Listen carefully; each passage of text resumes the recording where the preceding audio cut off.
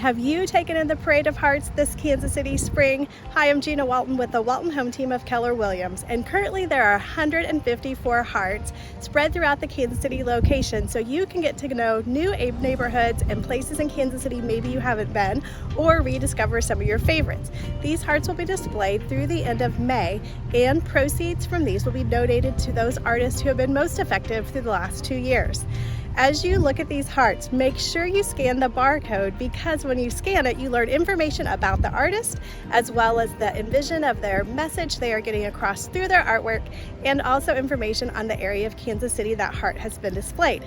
Hope you have a ton of fun. Make sure you subscribe for our next Kansas City adventure, and any questions you have on the wonderful neighborhoods in Kansas City we all call home.